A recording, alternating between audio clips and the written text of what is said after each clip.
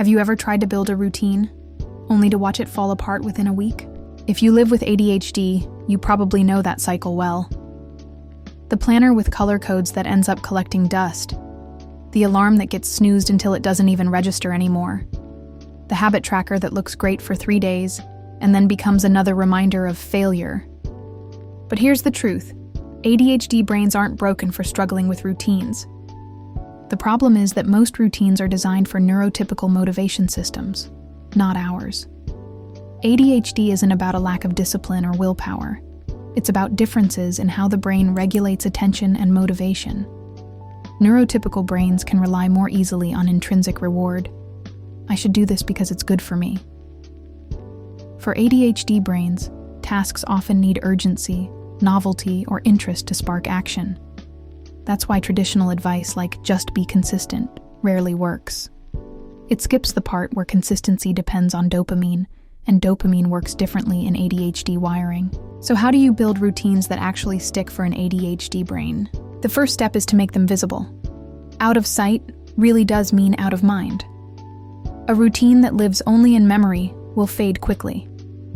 Write it down, post it on the wall. Set digital reminders that pop up in your face. Think external scaffolding, not internal recall. Second, keep it small. Instead of saying, I'm going to exercise an hour every morning, start with, I'll stretch for 2 minutes after brushing my teeth. ADHD brains thrive on momentum, and momentum builds faster when the first step feels almost too easy. Small wins stack into habits, and habits stack into routines.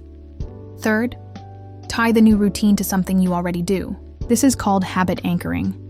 If you always make coffee, put your vitamins next to the coffee maker. If you scroll your phone at night, use that moment to also plug it in at a charging station away from the bed. Anchoring routines to existing behaviors uses brain shortcuts to reduce friction. Fourth, make it fun or rewarding right away. ADHD brains need dopamine on the front end, not just the long-term payoff.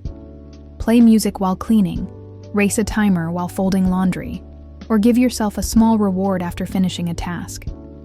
The key is immediate positive feedback, because someday you'll be glad you did it isn't strong enough fuel. Fifth, embrace flexibility instead of perfection. Many ADHD folks abandon routines after one bad day because we internalize the story that we're failing again. But a routine isn't ruined because you missed once, or even twice. Build in forgiveness. Think of routines as flexible pathways, not rigid scripts. Missing a day isn't proof you can't. It's proof you're human. Sixth, reduce friction points. If putting away laundry feels impossible, lower the bar. Maybe it's okay for now to sort clothes into labeled bins instead of drawers. If meal prep feels overwhelming, choose 3 go-to dinners and rotate them. Routines collapse when steps are too many or too heavy. Make the steps lighter and the routine lasts longer. And finally, share accountability if that works for you. Text a friend when you finish a task. Work alongside someone virtually, or join body-doubling spaces where just having another person present helps you focus. ADHD brains often do better when tasks are social, when someone else is in the picture, even quietly. Here's the thing. Building routines for ADHD isn't about copying neurotypical structures. It's about designing with your brain in mind. Visible supports, small wins, habit anchors, fun built in, flexibility allowed, friction reduced, and connection encouraged. That doesn't make the routine weaker.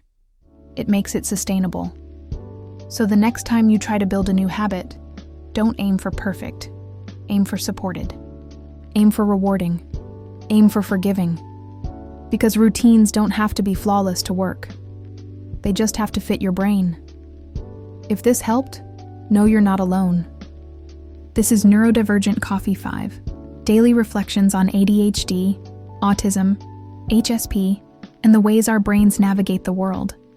Subscribe so the next one finds you, and share this with someone who's tired of being told they just need more discipline.